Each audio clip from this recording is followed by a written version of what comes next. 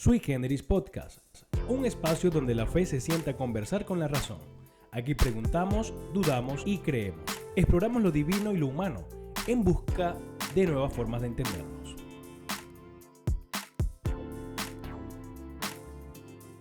Buenas, bienvenidos una semana más a este espacio donde preguntamos, dudamos y creemos.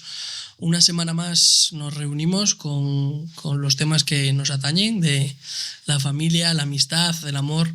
Y una semana más tenemos con nosotros a Óscar y Ana. ¿Qué tal? ¿Cómo habéis pasado la semana? ¿Qué tal habéis estado? Bien, muy bien, muy bien. Muy bien, muchas gracias.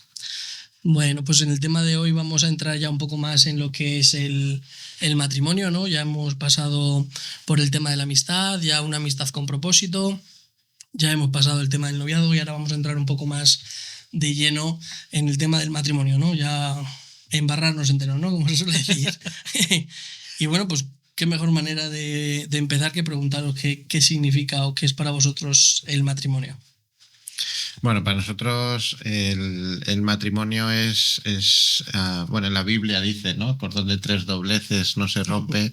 Entonces yo me acuerdo que decidimos elegir un anillo que tenía los 3 oros, ¿no? Que uno simbolizaba, el rojo me simboliza a mí, Ana es el dorado, o la inversa, da igual el color, pero la idea es que somos 3, ¿no? Y el blanco, el del medio, es Dios. Y está en medio porque nos une. Entonces creemos el matrimonio es una unión entre nosotros, pero es un pacto en el que Dios está presente, ¿no? Es curioso. La verdad que yo tenía aquí apuntado, ¿no? Que el matrimonio era como una aleación de metales, ¿no? Que son tres materiales totalmente distintos, con propiedades distintas, que al unirse forman un solo material, un solo cuerpo, ¿no?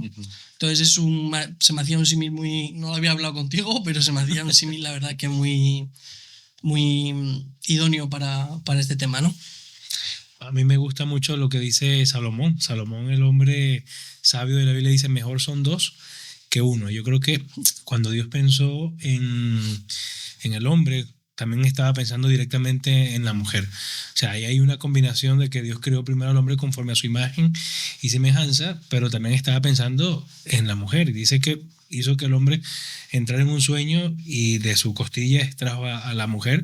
No sé, ya ahí vemos que ahí biológicamente es tomado de sí mismo. O sea, no hizo polvo nuevamente, sino que lo tomó de sí mismo. Yo creo que eso habla también del principio divino de ser uno, ¿no? Porque ya no son 2, sino que somos uno. Entonces, allí me voy a la pregunta en cuanto al matrimonio civil y al matrimonio, o lo que llamamos nosotros como la bendición pastoral o la boda de iglesia, ¿no? Ambas son importantes. Puede existir una sin que exista la otra, es decir, me caso por la iglesia, pero no por el juzgado, o sí por el juzgado y no por la iglesia. ¿Cómo pueden coexistir ambas cosas? Y también existe la tercera opción. Otra opción, ¿no? Claro. ¿Cuál será? Ni una ni la otra. Que tu boda religiosa tenga efectos civiles, porque en España, a partir del año 93, con los acuerdos de cooperación con el Estado, no solo la ceremonia católica tiene efectos civiles, sino las minorías religiosas que han firmado este convenio. Entonces, la misma ceremonia tiene ese efecto civil, ¿no? Cada uno puede elegir, pero yo creo que son las dos cosas combinadas. Es decir, es un pacto, yo entiendo que es un pacto delante de Dios, un pacto que es diferente que un contrato cuando se rompe es cuando uno de los dos no cumple su parte, y un pacto es sigo adelante a pesar de que sea difícil, elijo amarte cada día. Por eso es un pacto delante de Dios en el que se dice que el amor centrado en Dios es el que da también el significado. Por eso la unión y lo que tú comentabas, ¿no? Es curioso. Nosotros también en la boda, y como una manera de simbolizar esto delante de Dios y delante de esta esfera pública de los presentes, bueno, pues hicimos un simbolismo que precisamente refleja esto que comentas, Leo, de 2 velas que se unen en una sola, ¿no? Para significar un poco o representar esa unión, pero obviamente también es el Estado civil que reconoce a nivel público esa unión. Entonces yo creo que son 2 caras de la misma moneda, las 2 cosas. Y hay algo que recuerdo ahorita, hay Timothy Keller, Un escritor escribe algo que a mí me gusta mucho, porque dice: el matrimonio no es un contrato para ser felices, sino un pacto para ser santos. Entonces nos da una perspectiva totalmente diferente, porque hay gente que dice: me caso porque encontré el amor de mi vida para ser feliz, pero realmente esa felicidad puede ser efímera, puede ser no perdurable, porque hay matrimonios que apenas casan y enviudan a las 2 semanas por X circunstancias o situaciones previas. Realmente esa felicidad que pensaban que iban a tener realmente no es felicidad. Entonces, desde la perspectiva cristiana, ¿cómo entendemos el matrimonio con una base sólida, con una base centrada en Dios? Y creo que ahí hay algo que señala Timothy Keller, el ser santos, ¿no? Sí, es muy interesante. Además, esta pregunta a mí me recordaba que hace 2 años y medio yo tuve esta conversación contigo, Óscar, porque por tema de los papeles de mi mujer, ella estaba en su país, yo estaba aquí, decíamos, bueno, nos casamos por el civil solo por los papeles y ya más adelante. Entonces, cuando hacíamos las preguntas, cuando pensábamos en este capítulo, me acordaba este tiempo, ¿no? De cuán importante fue para mí en ese momento el que hubiera una persona que me viniera y me dijera las palabras tan simples como: no es una decisión a la ligera, las decisiones que tomamos, aunque tengan que ver con el mundo, tienen un peso para con Dios, aunque no sea como tal una manifestación de un matrimonio delante de Dios, es algo que para Dios ya tiene un peso, ¿no? Entonces me recordaba y me removía por dentro el recordar que realmente para mí sí es muy importante el que una cosa sea acompañada de la otra, aunque pueda haber situaciones en las que sea complicado, siempre hay situaciones extraordinarias, ¿no? Y luego me venía otra pregunta a la cabeza, ¿no? Cuando ya habíamos alcanzado este punto, cuando ya hemos decidido casarnos, ya estamos en esa euforia, en esa alegría de ya estamos casados, de hemos alcanzado el objetivo en común que teníamos, ¿no? ¿Cómo podemos proteger esa santidad o esa intención con la que hicimos el pacto, para que no se vea disminuida o opacada por esa euforia o por esa alegría y perder el norte de por qué se ha tomado ese pacto? Bueno, esto está muy vinculado con las emociones que uno siente en el noviazgo, y el noviazgo acaba con esa emoción de la boda, ¿no?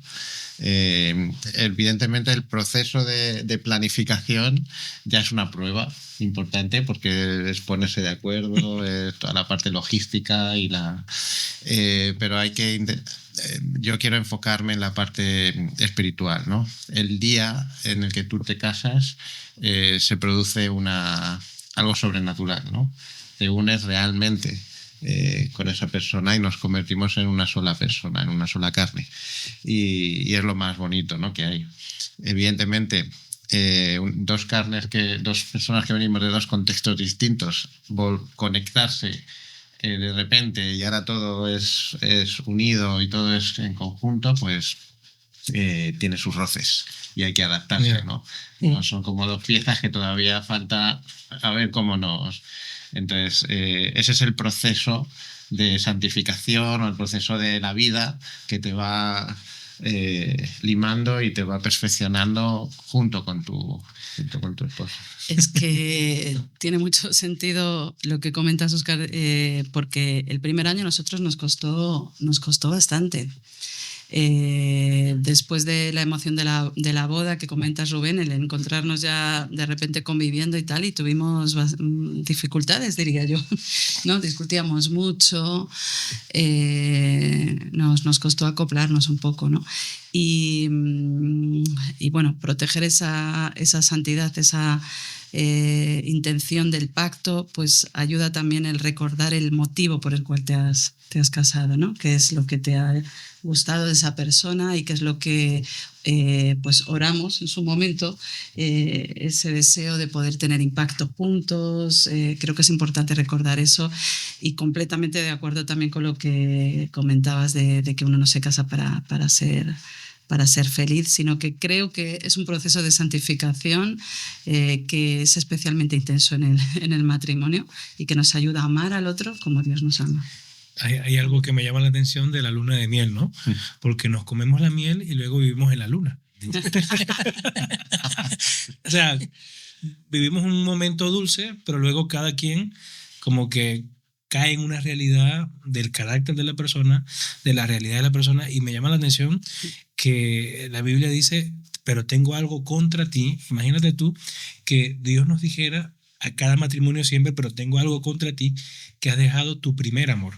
Y ese primer amor quizás lo podemos experimentar cuando conocemos al Señor, cuando conocemos a Dios, estamos caminando en su camino, pero en el matrimonio también lo podemos focalizar como hay un primer amor. Y ese amor de noviazgo no es el mismo al amor que transiciona a una etapa de matrimonio, porque siempre mi esposa me recuerda cosas que yo hacía cuando éramos novios, que poco a poco uno con el tiempo como que las va olvidando, ¿no? Y eso, yo tengo que traer a memoria, y creo que esto lo dejo para mí, porque siento que Dios me lo está hablando en este momento a mí, me está diciendo, pero tengo algo en contra de ti, que has dejado tu primer amor, porque realmente disfrutamos el momento de la miel, pero después cada quien en la luna, cada quien vuelve a una realidad de sus propósitos, de sus ideas. Entonces cuesta, ¿no? Como que conectar con la realidad de que ahora, como la Biblia lo dice, no son dos carnes, sino una sola carne. Entonces, ¿cómo podemos mantenernos también de manera intencional? Por eso es que John Maxwell, un autor americano, en sus libros siempre decía, todo lo que hagan, tienes que hacerlo de manera intencional, y en el matrimonio vale a veces más la intención, vale más el detalle que cualquier cosa. Entonces, para mí, reflexionando sobre esa etapa después de la luna de miel, creo que hay detalles que dejamos por fuera, hay cosas que enamoraban en el noviazgo, que ahora como que nos sentimos ya seguros. Claro. Y eso suele pasar, nos sentimos como que bueno, ya tenemos un papel, pero es que el papel no es que aguante todo, el papel es una firma y ya, para o sea, hablando claro, en el contexto de que confirmar nuevamente ya se le da disolución al proceso. Entonces, en base a eso, ¿cómo podemos mantener, va mi pregunta, cómo podemos mantener la salud matrimonial, emocional, espiritual, posterior a esa luna de miel, y a entender que no todo termina allí en la luna de miel? Sí, me gusta mucho el ejemplo que se pone de la casa se construye sobre la roca, ¿no?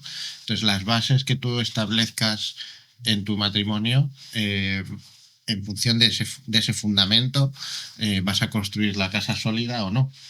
Entonces, el primer ladrillo yo creo que es tener una vida espiritual en común, ¿no? Y unas creencias en común, y creer en el mismo Dios, creemos en Jesús, y Él es real en nuestra vida. Entonces, con ese fundamento es mucho más fácil. O sea, es mucho más fácil porque todos los valores y los fundamentos que la Biblia te da, o que Dios te da a través de la Biblia, pues los vas aplicando a tu matrimonio, ¿no? Entonces, el primero y fundamental es: esta mujer, este marido, es para toda la vida. Y esa fue la primera. Y si tú pones esa primera piedra, que es para toda la vida, yo no doy pie a la duda, ¿no? Pues van a venir tormentas, van a venir que van a intentar tirar esa casa, pero ella es para toda la vida. Y también creo que en nuestro caso crear ese espacio de seguro, ¿no? De poder ser uno mismo, mostrarte cómo eres y saber, y no tener que estar disimulando, ¿no? Yo creo que eso tiene que ver un poco con, ¿no? Sí. Lo que comentabas, ¿no? De que te recuerda a tu mujer que lo que hacías antes, ¿no? Porque somos así, ¿no? Pues ya la conseguí, ¿no? Ya no tenemos, pero a partir de ahí, el poder crear ese espacio donde ser uno mismo y tener esas rutinas de poder hablar, y es importante para poder mantener esa salud matrimonial. Claro, porque no hay audiencia, no hay filtros, no hay nada que te diga, porque obviamente podemos tener muchas relaciones de Instagram o de redes sociales que muestran una realidad muy diferente a lo que viven en casa. Sí. Y, o sea, yo particularmente, mi esposa y yo no somos muchos de publicar nuestra vida en redes sociales, y siempre lo hemos mantenido así. O sea, nos gusta mantener como que un perfil muy bajo de nuestra relación en redes sociales. ¿Cómo opinan, o qué opinan de tener un perfil bajo también en redes sociales, para no crear tampoco una falsa realidad de que todo maravilloso, todo bonito, pero realmente detrás de la pantalla ocurren cosas y no maravillosas? Bueno, nosotros tampoco ponemos mucho en redes, ¿no? Estamos no es algo que le demos prioridad, pero es importante lo que comentas. Incluso hemos preguntado a nuestras hijas, ¿no? Oye, ¿cómo nos veis como matrimonio? Exacto. ¿Somos ejemplos para vosotros? Pues yo creo que no, o sea, en casa es donde están donde te ven tal y como eres. Yo creo que el que tú seas como matrimonio un ejemplo o los demás te vean no es algo que tú... es algo que se da y que los demás perciben y no necesariamente tú lo tienes que mostrar en redes, ¿no? El mismo ejemplo es el hecho de que nos hayáis invitado para hablar de este tema, ¿no? Nosotros Sí, no nos sí. vemos para nada expertos en el tema, solamente llevamos un tiempo casados y entendemos que estamos haciendo lo mejor que podemos con nuestras situaciones, pero el hecho de que nos hayáis invitado hoy, pues decimos, bueno, será algo que ven en nosotros o mismamente en la iglesia donde estamos y nos han ofrecido pues poder acompañar a matrimonios y hemos luchado, ¿no? Hemos dicho, pues si nosotros no somos perfectos, ¿no? Yo creo que eso habla más que lo que tú puedas publicar de alguna manera, ¿no? Y luego yo creo que hay niveles también, ¿no? Hay cosas que sí son más reservadas para nosotros,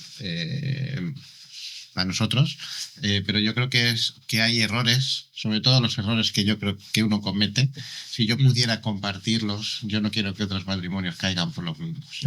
O si caen, por lo menos decirles cómo lo solucionamos nosotros o cómo lo intentamos por si les sirve, ¿no? capear, ¿no? Entonces creo que en ese sentido creo que es positivo, ¿no? Y abrirse muchas veces qué cosas dices, qué cosas no, pero creo que es importante. Entonces ahora pues os iremos contando algunas cosas que hemos vivido y que a lo mejor puede dar vergüenza, pero es necesario que se sepa porque pasamos por esto. Y es necesario conocerlo para que encontremos herramientas y si podemos posibilitar a otras parejas que no pasen por lo mismo, pues sería guay, ¿no? Sí, es muy interesante, la verdad, que la forma en la que pues, nos estáis contando pues, en todos estos episodios, ¿no? La forma que tenéis pues de abriros. Nosotros personalmente pues si os conocemos, aquí el resto de las personas, muchos nos conocerán, ¿no? Y por lo que pues estabais diciendo, ¿no? Me venía a la mente que el matrimonio al final es como un castillo, ¿no? Que se construye desde dentro. Todo el mundo puede verlo, puede ver la fachada, puede ver las imperfecciones, los errores, las cosas que se han hecho bien, ¿no? Pero es un castillo que se construye día a día desde el interior, ¿no? Es cada día el decidir luchar por ese matrimonio, el decidir tirar adelante, sean las situaciones que sean, ¿no? Y la verdad que pues me venía, pues que hemos estado hablando en varias ocasiones durante este episodio, ¿no? De la frase de dejar de ser dos para ser uno, ¿no? Y la Biblia nos habla de el morir diariamente a ese yo, ¿no? Y yo pensaba cómo un matrimonio puede llevar a cabo esto cuando muchas veces el morir a ese yo es que uno de los dos se sienta como anulado como persona o se sienta cohibido en muchas situaciones o se sienta como que es siempre el mismo el que tiene que ceder en las situaciones, siempre es el que tiene que dar su brazo a torcer, ¿no? Que es uno de los problemas que nos encontramos pues cuando empezamos un matrimonio, que de repente nos vemos en una casa ya solos, fuera de audiencias, como decía Leo, fuera de los ojos de los demás, y te ves como una persona que hay muchas cosas que a lo mejor no conocías del todo, o a lo mejor pequeñas formas de hacer las cosas que te pueden molestar, o cómo podemos hacer, ¿no? Para no sentir ese soy yo siempre el que cede o me estoy negando como persona sin darme cuenta solo por darme al matrimonio, ¿no? Sí, es un equilibrio. En nuestro caso hemos aprendido a ceder, a ceder en momentos concretos. Hay situaciones más operativas de la vida que están relacionadas con las habilidades que uno tiene, desde cocinar, limpiar, o es que limpio de una manera o cocinas de otra. Eso se tiene que acomodar. Y al final, pues ella trae sus mejores platos, yo traigo mis mejores platos, pero habrá matrimonios que a lo mejor o el hombre no cocina o la mujer no cocina. Hemos conocido parejas que el hombre cocina en casa, ¿no? Entonces, para quitar un poco estereotipos, lo importante es combinar las habilidades que ambos tenemos, incluir la flexibilidad que uno debe tener para poder ceder y abrirse a la posibilidad de aprender y de construir algo juntos, ¿no? Y eso no es fácil. No es fácil, es muy fácil decirlo, pero en el día a día no es tan sencillo, ¿no? Porque hay muchos factores que influyen, el tipo de trabajo que uno tiene, las horas que uno tiene libre, las horas que uno trabaja. Hay muchos factores y cada pareja tendrá que ir acomodando todo eso, ¿no? Pero hay que poner intencionalidad y hay que ceder. Y luego el respeto, evidentemente, es súper importante mutuo, ¿no?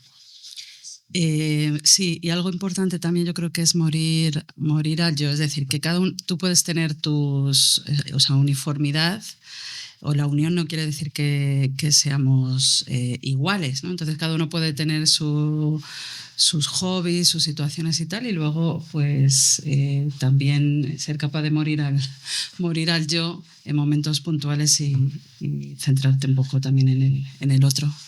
Eso hemos aprendido con el tiempo.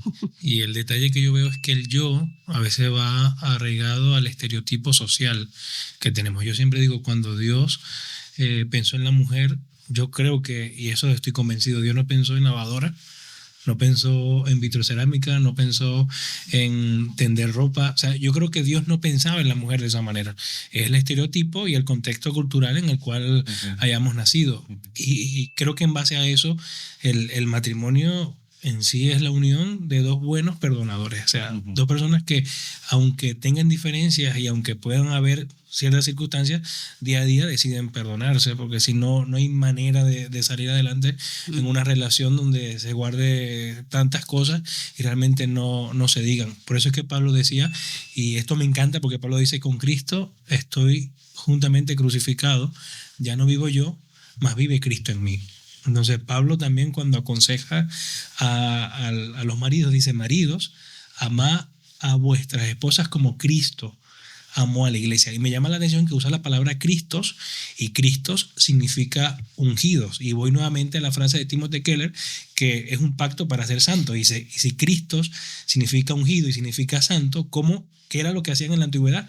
En la antigüedad ungían a profetas, a reyes y a sacerdotes. Entonces Cristo vino al mundo como rey, vino como sacerdote, como sacrificio, y vino como profeta a anunciar un camino diferente. Entonces cuando nos ponemos en esa imagen, yo antes prediqué mucho tiempo sobre ese verso, Cristos, ahora lo veo en el matrimonio. Pablo dice, como Cristo amó a la iglesia, entonces tengo que amar a mi mujer como rey.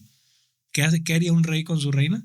Cuidarla, es autoridad. ¿Cómo haría el símbolo del profeta? El profeta trae visión, trae orientación, y me encanta más la parte de sacerdocio porque sacerdocio es sacrificio.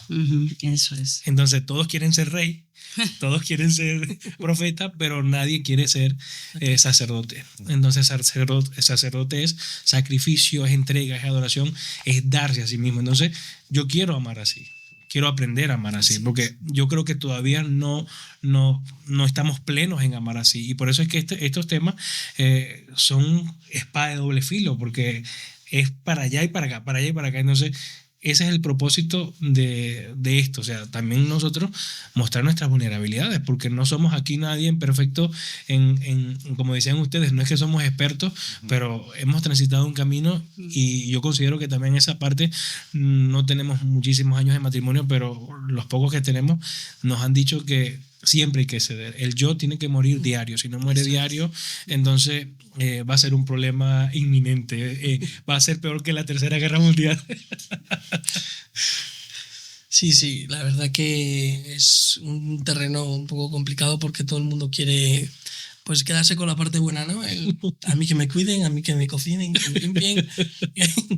Pero la verdad que sí, que si seguimos el ejemplo de Jesús, de cómo él amó a la iglesia, él no vino a sentarse en un trono y gobernar, ¿no? Él vino a lavar los pies de los discípulos.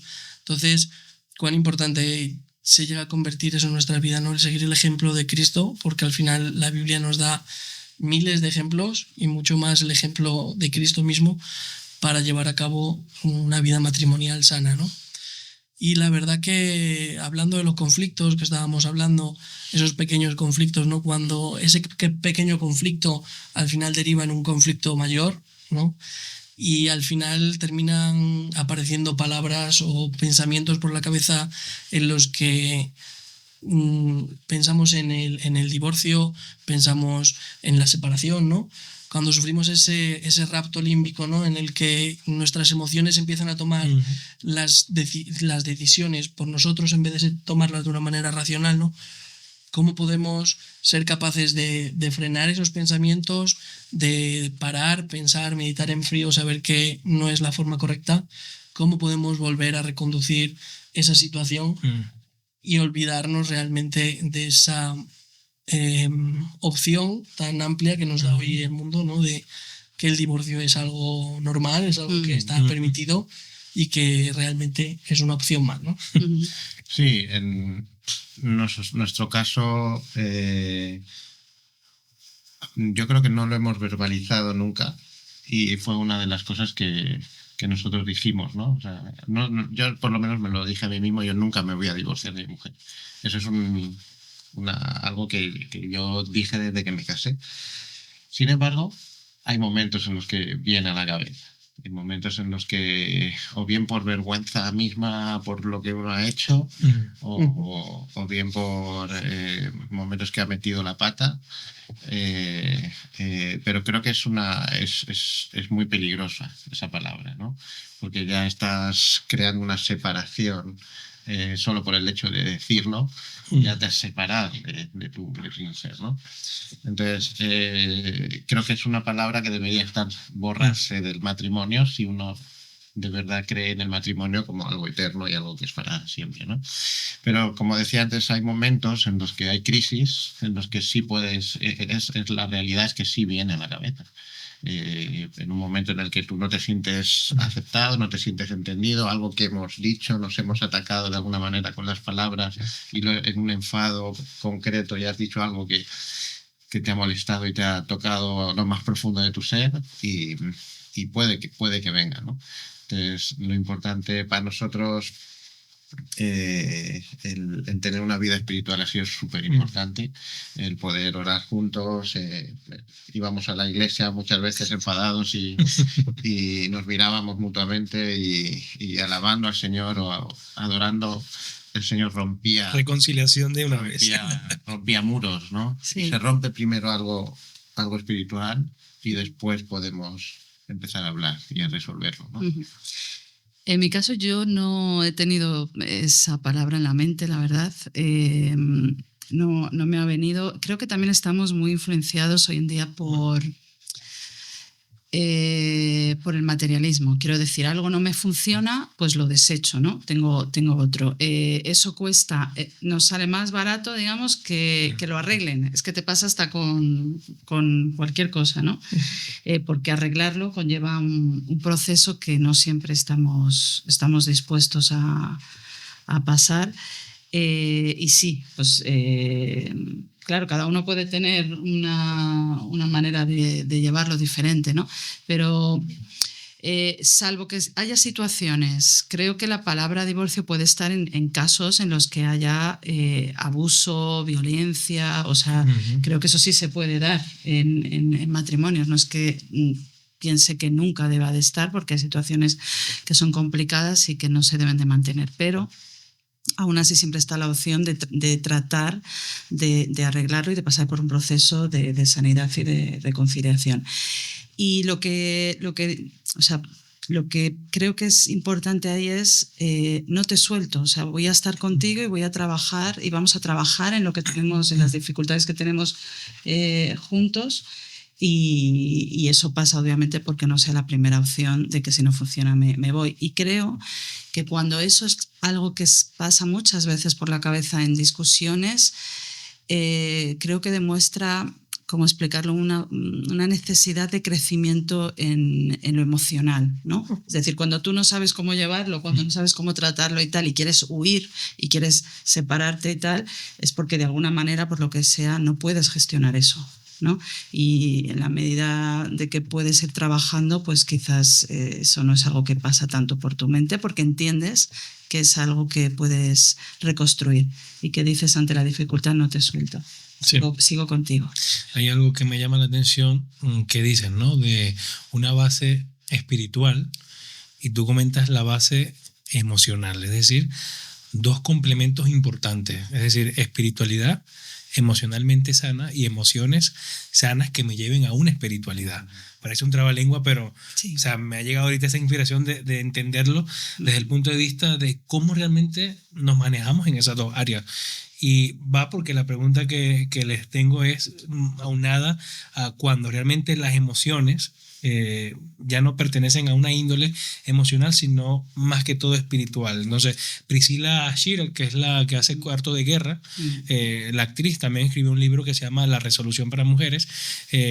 Hay una de sus frases que ella dice: tu enemigo no es tu marido, Sí. ni tu mujer, tu enemigo es el diablo, y lo dice así, que ha sido enviado para destruir. Entonces, ¿cómo nosotros podemos discernir cuando realmente el problema que estamos atravesando no es de índole porque realmente sea el carácter de tu mujer, el carácter de tu esposo, sino que tiene un componente espiritual importante? O sea, es una batalla espiritual. No tenemos lucha contra carne ni sangre, lo dice Pablo, sino contra huestes espirituales. Además, es decir, que hay escenarios donde realmente la atmósfera es espiritual y la resolución tiene que ser espiritual. Sí. ¿Se puede abordar esa situación? ¿Se puede discernir esa situación? Sí, nosotros lo hemos vivido. Hemos visto momentos en los que percibes que no solo es emocional, que hay algo más. No sé si podría dar pautas. Sí que es verdad que es algo que yo puedo discernir y que incluso a Óscar y en mi familia lo he comentado. He dicho, chicos, esto que está pasando aquí no es solo emocional, no es solo que estamos discutiendo. Entonces vamos a percibirlo y vamos a luchar, y nos hemos juntado y nos hemos puesto a orar, aunque costaba en el momento, ¿no? A veces sí que creo que puedo ver como una pauta, que es cuando hay una reacción excesiva emocional, un herirse, la discusión torna en herir hacia la identidad de la persona, todo es muy intenso, es como, ¿qué está pasando, no? Y eso se percibe, nosotros tenemos esa experiencia, y no es como buscar demonios por todos los lados, es que existe una lucha, y hay una lucha real por la familia hoy en día que percibimos y que no estamos exentos, como bien has dicho, ¿no? Que el enemigo viene para robar, para destruir. Y hay que estar atentos, y es muy bueno estar atentos a esto, porque ahí formas equipo con tu marido, con tu esposa, y puedes percibirlo y luchar contra ello. Y nosotros lo hemos percibido y nos hemos puesto como equipo a luchar contra eso, ¿no? Eso, pero no es fácil. O sea, cuando estás inmerso en una discusión, en un ataque verbal que se produce después de una situación X, normalmente suele ser, a nosotros nos ha pasado más en vacaciones, en cualquier lado puede pasar, pero en vacaciones nos ha pasado, en el que estamos más tiempo juntos y hierve todo, empieza. Entonces, ser capaces de identificar cuando una conversación se torna en una discusión se torna en algo muy, muy grande y muy hiriente, hay que pararlo, ¿no? Y el detectarlo es francamente difícil. Pero sí, es lo que decía Ana, ¿no? Creemos firmemente que hay una lucha y hay algo espiritual. Y ha sido mirarnos a la cara y decir, creo que debemos parar un momento, dejar de hablar, y vamos a entregar esto a Dios y vamos a pedirle a Dios que nos ayude. Y ha sido me acuerdo en una mesa en un camping, que paramos el coche, había una mesa que parecía que ponía nuestro nombre, estábamos discutiendo, estábamos fatal, no, nos sentamos todos aquí y cerramos los ojos y oramos juntos, ¿no?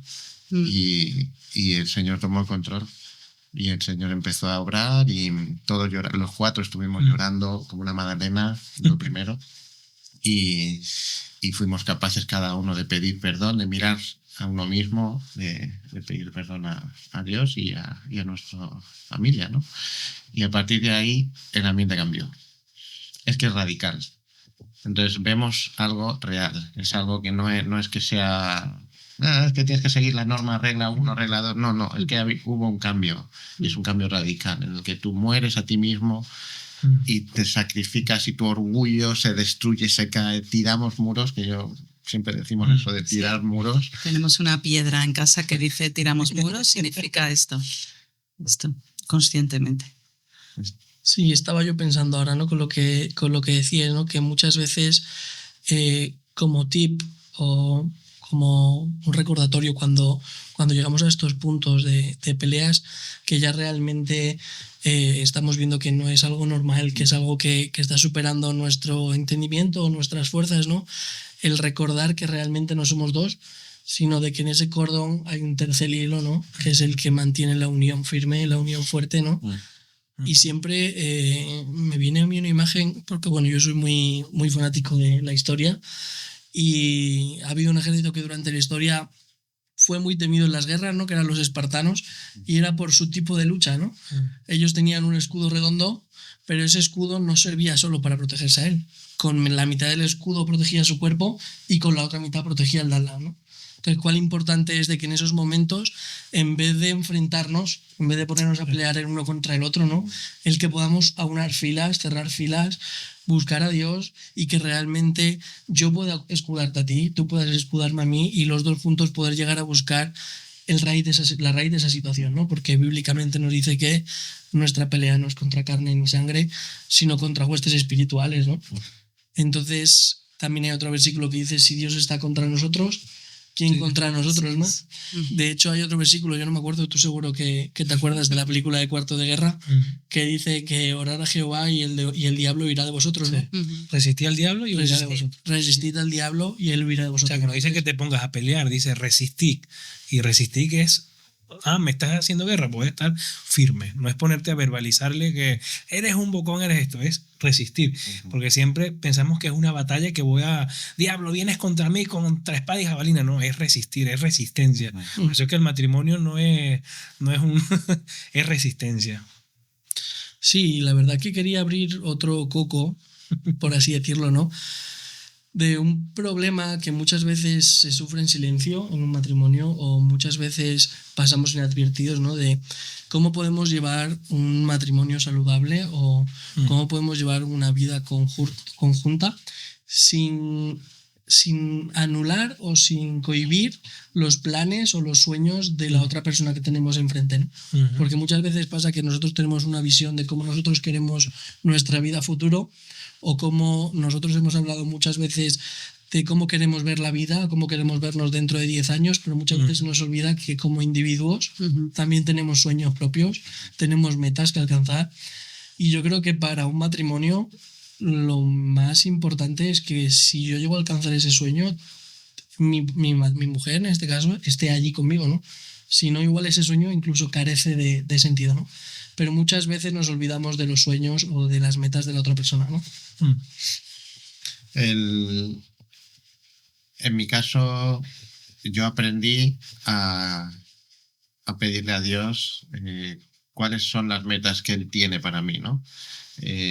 Yo puedo tener hobbies, que es una cosa muy concreta de, pues me gusta mucho jugar al ping-pong, al tenis de mesa, me gustan los juegos de rol. Tengo ciertos hobbies que me permiten tener un tiempo de calidad conmigo mismo, pero por otro lado ahí está el ministerio y el propósito que Dios tiene para ti, ¿no? Y creo que es algo que se construye entre los dos, que creo que es bueno que se comparta. Y el primer ministerio es la familia, ¿no? Y el primer propósito por el cual Dios nos ha creado es nuestras hijas, ¿no? Entonces, ese es el primer proyecto de vida que tenemos y al que nos debemos, ¿no? Entonces, todo lo demás viene a continuación, ¿no? Viene después. Y hay que intentar ahí acomodar todas esas piezas pero lo primero es nuestra pareja, nuestra relación con Dios, nuestras hijas y luego la iglesia o un ministerio que Dios nos da a cada uno, ¿no? O sea, en nuestro caso tenemos como sueños cada uno y ministerios que desarrollamos de manera independiente, que el uno conoce lo que hace el otro, ¿no? Y que luego tenemos también otros ministerios que son en común y que trabajamos juntos en la iglesia. Y esa es esa individualidad que cada uno puede tener. Y yo creo que lo bonito también es alegrarte cuando la otra persona está cumpliendo sus sueños y tú estás viendo cómo está siendo usado por Dios en eso que ha puesto, ¿no? En este caso, Óscar tiene un llamado de ayudar a abrir colegios cristianos en España. No es algo que es mi llamado, pero le apoyo, estoy ahí. Me alegro cuando él avanza en eso, igual que él conmigo en lo que yo hago, ¿no?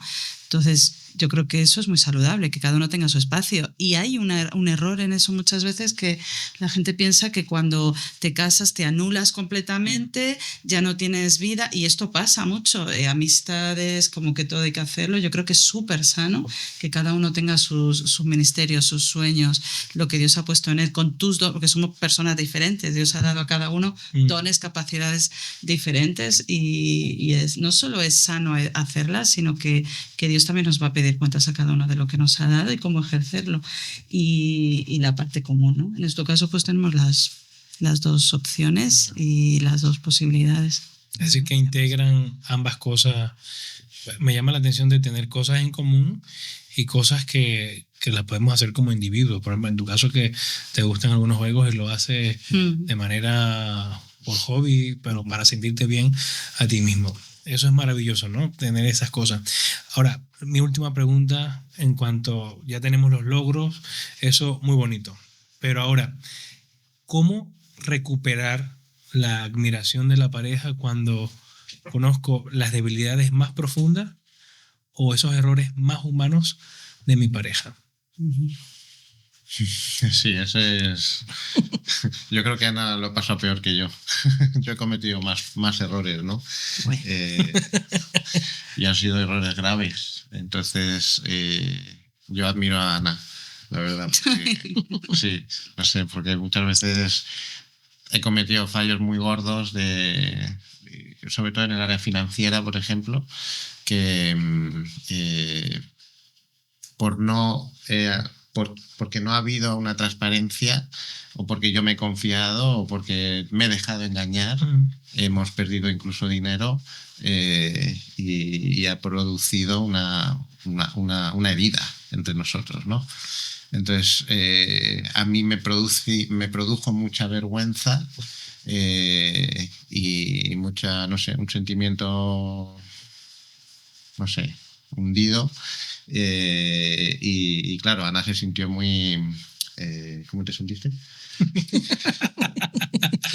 Frustrada, engañada de alguna manera, no compartir, ¿no? Algo que has hecho por cuenta propia sin hablarlo. Pero ahí viene un poco la respuesta de tu pregunta, ¿no? Que cómo mantenerte a pesar de conocer a la otra persona. Y yo creo que a veces nos enamoramos de algo ideal en un inicio, que obviamente tienes que tener algo que te guste en la otra persona, pero cuando conoces las debilidades y ves la intención y el esfuerzo de esa persona de ser mejor, yo creo que ahí viene también la gracia, ¿no? O sea, tú también tienes, aunque yo también tengo situaciones, ¿no? Que son difíciles, y Óscar lo sabe, mis reacciones, mi falta de paciencia, mi carácter. Se me olvida muy rápido. Se me olvida. Entonces, yo no soy perfecta y tampoco puedo exigir que tú seas perfecto. Y en eso también está la parte de la gracia de Dios y de aprender a amar al otro como Dios nos ama, ¿no? Entonces, creo que vas a seguir, lo que decías, Rubén, también, enamorándote de la otra persona, pero es algo más maduro. No es tanto algo que has realizado, más realista, más maduro. Y bueno, pues eso es una pasada. O sea, que tú puedas ser amado o ser amada con tus debilidades y como tú eres, es increíble, ¿no? Y es realmente como creo que Dios diseñó el matrimonio, este espacio seguro donde crecer, donde ser santificados y donde seguir eligiendo al otro a pesar de ir descubriendo pues cómo somos. Pero creo que hay un punto muy importante, que es que haya cambios. O sea, tú cometes un error, es necesario que tú hagas un cambio. Entonces, yo hice un cambio de ser más transparente con Ana y decir, no, mira, es que estoy haciendo esto. Mira, sí, Tribunal de Cuentas. Como, rendición de cuentas. En este caso yo soy el que lleva las cuentas, podría ser a la inversa, pero yo voy, Ana, mira, estamos así, estamos de esta manera. ¿Qué te parece si este dinero lo invertimos en esto? ¿O qué te parece si este dinero lo usamos para esto? Y entre los dos nos vamos complementando, nos vamos apoyando, pero decidimos que no tomáramos decisiones unilateralmente, porque somos una pareja, estamos viviendo, somos uno. Entonces, en ese caso, nuestro caso es, nosotros compartimos las finanzas, compartimos nuestras cuentas, compartimos todo, ¿no? Y eso. Entonces, tiene que haber decisiones después de un error que tú has cometido en el que se produzca un cambio real, ¿no? Wow, la verdad que es muy interesante y pues la verdad que se nos ha ido el tiempo, se nos ha escapado entre las manos. La verdad que espero que para los que nos están oyendo pueda ser tan edificante como para, por lo menos, pues como tú nos decías también antes de empezar, como para nosotros, ¿no? Que también está siendo muy provechoso. Yo llevo casado, apenas voy a hacer un año. Entonces muchas de estas cosas todavía no las he vivido, pero sé que en algún momento van a llegar. Y la verdad que me gustaría seguir hablando de estos temas con vosotros durante horas. La verdad que se me pasa volado, aprendo mucho, de verdad que es increíble. Pero bueno, antes de finalizar, quería preguntarte por un proyecto que tienes ahora para principios del mes que viene, que nos puedas contar un poco. Y ya, pues que despidas el episodio. Muy bien, pues muchas gracias. Pues sí, me gustaría aprovechar este espacio para invitar un evento que va a ser aquí en Alcalá de Henares el 8 de marzo para apoyar a los proyectos que Diaconía, como parte de FEREDE, que es la Federación de Entidades Religiosas Evangélicas de España, estamos haciendo a lo largo de toda España, ¿no? Pero se va a realizar aquí con el Coro Gospel de Madrid y la idea es poder recaudar fondos para todos los proyectos en los que apoyamos a la mujer vulnerable, aquellas mujeres que no pueden mostrar su rostro por violencia, han sido víctimas de trata de seres humanos y muchas otras situaciones. Y vamos a aprovechar este día del 8 de marzo para poder celebrar, gozarnos con un coro impresionante y también que nuestra aportación pues sirva para seguir transformando la realidad y de esta manera como una fe práctica puesta en acción. Y nada, pues despedimos el podcast hasta la próxima semana, que seguiremos con esta serie de matrimonios. Muchas gracias. No olvidéis seguirnos, si todavía no lo hacéis, pinchar en la campanita para que estéis activos, para que estéis atentos a todos los nuevos episodios. Y bueno, pues nos vemos la semana que viene, que tengáis una buena semana y hasta pronto.